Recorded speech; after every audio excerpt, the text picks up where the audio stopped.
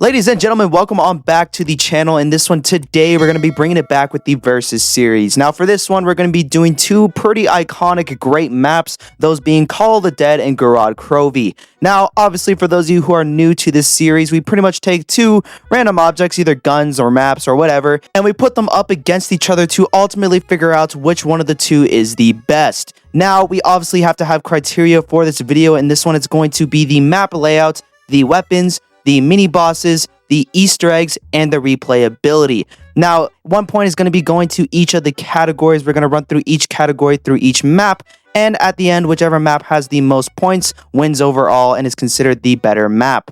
Now, without further ado, let's jump right into it. Now, coming in for our first category, this is going to be the map layouts. Now, the map layouts on Call of the Dead is very solid overall. It's pretty much just one giant circle. You get to the ship area, and then you can get to the lighthouse from there, or you can go straight from the lighthouse from spawn. Either way works. It's kind of similar to Keynote or Toten, where it is just one giant loop. Other than that, though, not too much to complain about with the map layouts. It's very good as well for new beginners because there are also zip lines, and if you do have PhD, you can jump off from the top of the lighthouse. Overall, just a very good map layout. I don't really have too much to complain about it. The only thing that I don't like about the map layout is how easily you can get lost in it for the ship part. The ship area isn't really too good. There's a lot of mixy-matchy kind of areas, and it's hard to kind of navigate for newer players, and it kind of is annoying to get Jug on the other side of that ship as well. But any other part that isn't a part of the ship is actually very easy to access. Very good for new players, especially in front of the lighthouse and at the top of the lighthouse if you have PhD, like I said before.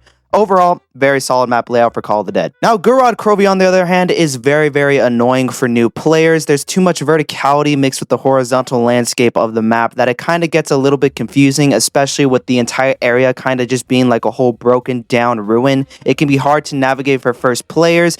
Also, not too good to get to the Pack-a-Punch. On Call of the Dead, the Pack-a-Punch just kind of moves around the map, and it's kind of easy to track down because you can just look at the lighthouse. You don't have to do any extra steps to get there. It kind of just moves around the map. You can follow it around with the lighthouse. Very convenient to have that. On Gorod Krovi, however, you do have to wait until you get all the Groff modules, just randomly spawning in from zombies. Then you have to know every single location on the map to deploy them. Then after that, you do have to transport on the dragon, and this area is really cool, and I do love the dragon cutscene a lot, but it can be tedious to have to constantly go back and forth. For veteran players who have played zombies for a long time, this map layout isn't really too bad. It's actually pretty fun to play through. But for newer players, it does lack a bit, so I'm going to have to give the point to Call of the Dead on this one for having a map layout that's very good for casual and hardcore players. Now, moving into our next category, we have mini bosses. Now, this one might be a little bit controversial, but I actually do love George Romero. I think he's a really good boss for both the hardcore and the casual players. A little bit more annoying for the casual players, but definitely a huge rewarding boss for the hardcore player. If he just followed you around the map and didn't reward you with anything, he would obviously be the worst boss of all time. But when you do kill him and you have done the Easter egg, he gives you a free Wonder Waff. He also gives you a free perk, so he is actually very rewarding and adds a lot to the map. He's always around with you, and if you don't want him there, then you can just use the VR11, shoot him once, and then he's gone for the rest of the round. For casual players, this can come in real handy. For hardcore players, it also can as well. But if you're a hardcore player, you're probably going to pick up the scavenger instead and try to take him down. Try to get a perkaholic with all the perks on the map. That's probably the best way to play around with this guy. Overall, I don't really hate George Romero. I know a lot of people are probably going to disagree with me on this one, but overall, I would say that he is a very solid mini boss for COD zombies. Now, Gorod Krovi, on the other hand, has very annoying boss zombies. First of all, you do have the Valkyrie drones, which can be very annoying to deal with. They're pretty much just giant blockways that cover up areas that you want to run through. They're bullet sponges if you don't have the right weaponry to kill them. They're also just very annoying to handle with in general because they can spawn multiple electric zombies if you're on a max ammo round in the later rounds. Can be very annoying to deal with these guys. And it's very annoying because back in the day, they did have an area which was the lower bunker where you could just hide there and they won't spawn or chase you down in that area. It was very useful for back in the day for high rounds and doing Easter eggs, but now they're just completely annoying because they can go down in that one bunker area and completely ruin a high round speed run. The other mini boss on Gorod Krovi is somewhat better, but not by too much. It's the Mangler, and the Mangler is a really good mini boss zombie in general. I don't have too much problem with these guys. They can be a little bit annoying for some of the Easter egg steps, like the very last one on Gorod Krovi, where you have to go back to the hatchery and it just spawns nothing but manglers. If like 2 of these guys melee you, then you can instantly down. Unfairly, they can get a little bit glitchy in higher numbers, but overall, I don't have too much problems with them. Overall, though, I'm going to have to give the point to Call the Dead for this one. Granted, the ones on Gorod Krovi aren't too bad. I don't have too many problems with the Valkyrie drone and the Mangler. I just like George Romero a lot more, so for that, he's going to be getting the point for this round. Now, moving into our next category, this is going to be the Easter eggs. Now, the Easter egg on Call the Dead is very basic for the time. I will give it the pass for that. What I do really appreciate about the Easter egg on Call the Dead is the Easter egg reward. When you do finish the Easter egg on Call the Dead, you can get a free Wonder Waff from George Romero every single time you kill him. This is a really good reward and is probably the only like in-game actual base reward that you can get in zombies in general, so really appreciative in terms of that. The only problem that I do have with this Easter egg is, like I said before, it's not really up to date when it comes to Easter eggs in zombies. It's very primitive for the time and it's not really too in-depth with the steps. I do really like the story that's behind it though as well, with the Ultimus crew being stuck behind the door and you pretty much just trying to free them. That's kind of the whole concept with Call of the Dead. Really like the story with it, really like the reward, but I do wish that the steps were a little bit better. Now, Gorod Krovi, on the other hand, has one of my personal favorite Easter eggs of all time. I love every single step. Most of the steps are incredibly iconic, like the ending boss fight. Nikolai is one of the best boss fights in zombies, period, just from a spectacle point of view, and also from a difficulty as well. If you don't have the right gobblegums, he can be really difficult to take down. The dragon is also incredibly well done as well. But the only complaint that I do have with this Easter egg is the one valve step where you do have to go online. You have to pull up a Mr. Waffle's tutorial, go through canorium.com, get all the green valves put in, and then the pink one with the code cylinder, just so that you can put in a bunch of random numbers. It's really annoying. Don't really like that step. But other than that, I do love all the other steps. I like how it's more of a challenge-based Easter egg that you can do as you're just killing the zombies. I love that a lot.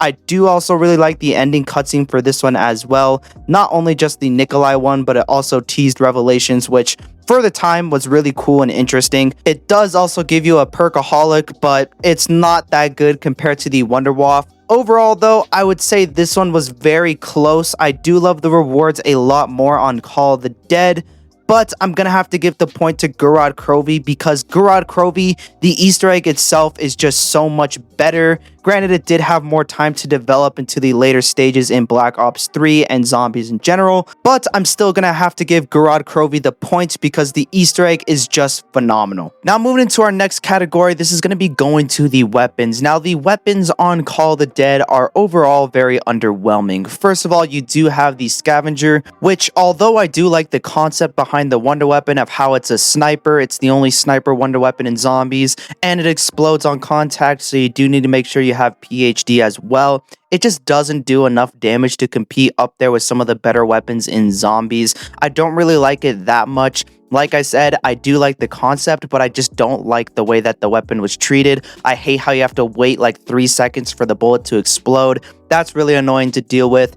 You do also have the VR11, which isn't really much better. Now, on co-op, this Wonder Weapon is actually really effective. You can shoot your teammates and then they get kind of like a in plain sight effect where they don't get seen by any of the zombies. They also get an effect where they can deal infinite amount of damage, so they can just pick up any weapon that they want, instantly kill any zombie that's in their way. On co-op, it's really effective. On solo, I kind of struggle to find any use with this Wonder Weapon whatsoever. I don't really ever use it on solo, and when I do use it on co-op, it's just not that fun to use because you do have to rely on your other teammate to get all of the kills. So overall, I don't really like the Wonder Weapons that are on Call of the Dead.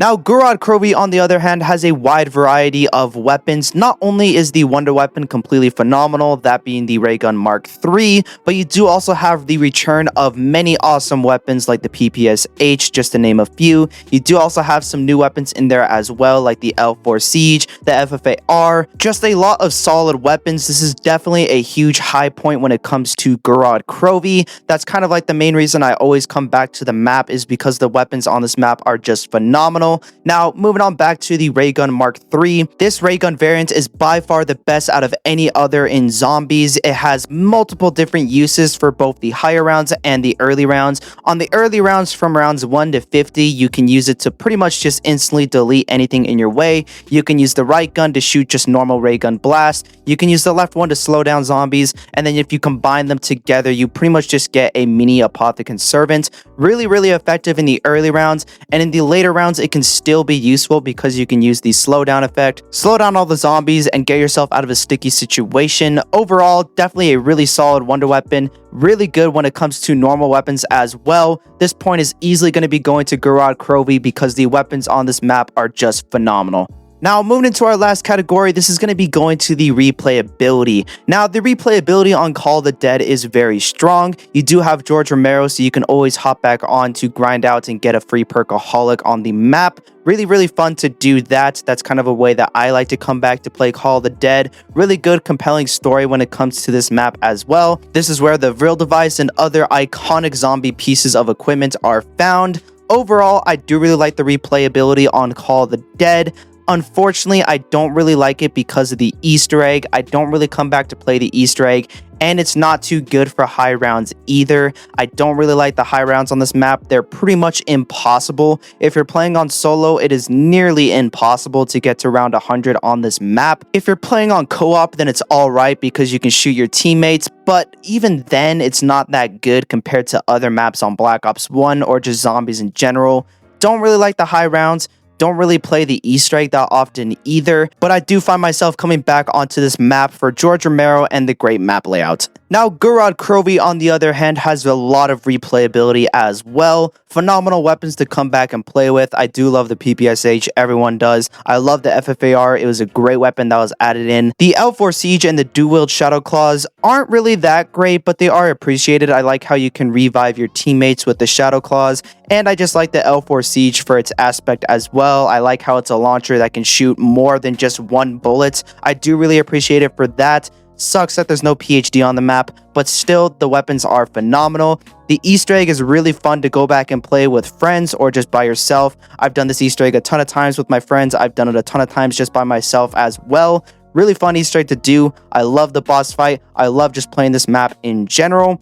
It doesn't have a factor like George Romero to come back and grind out for something, but overall, I think I'm going to have to give the point to Gorod Krovi for replayability. It overall just has a lot more things to do, and the things that are on Gorod Krovi are just miles better. There's so many things to do on the map. You can do the side Easter egg quest with the monkey bombs, or you can upgrade the shield, you can upgrade the G-Strike. A lot of fun things to do on Gorod Krovi, and it is by far one of the best and hardest high rounds to go for. Round 100 on Gorod Krovi is obviously up there with some of the most iconic round 100 attempts in history. So for that, I'm definitely going to have to give the point for Gorod Krovi. For our final score, we have Gorod Krovi taking the win overall with its great replayability, weapons, and Easter egg. Overall, though, I would say both of these maps are really great. I love both of them a lot.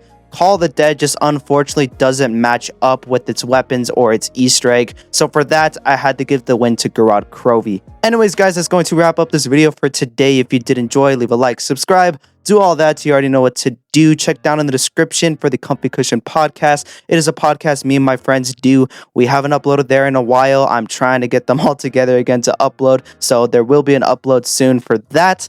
And yeah, I got nothing much else to say. So peace.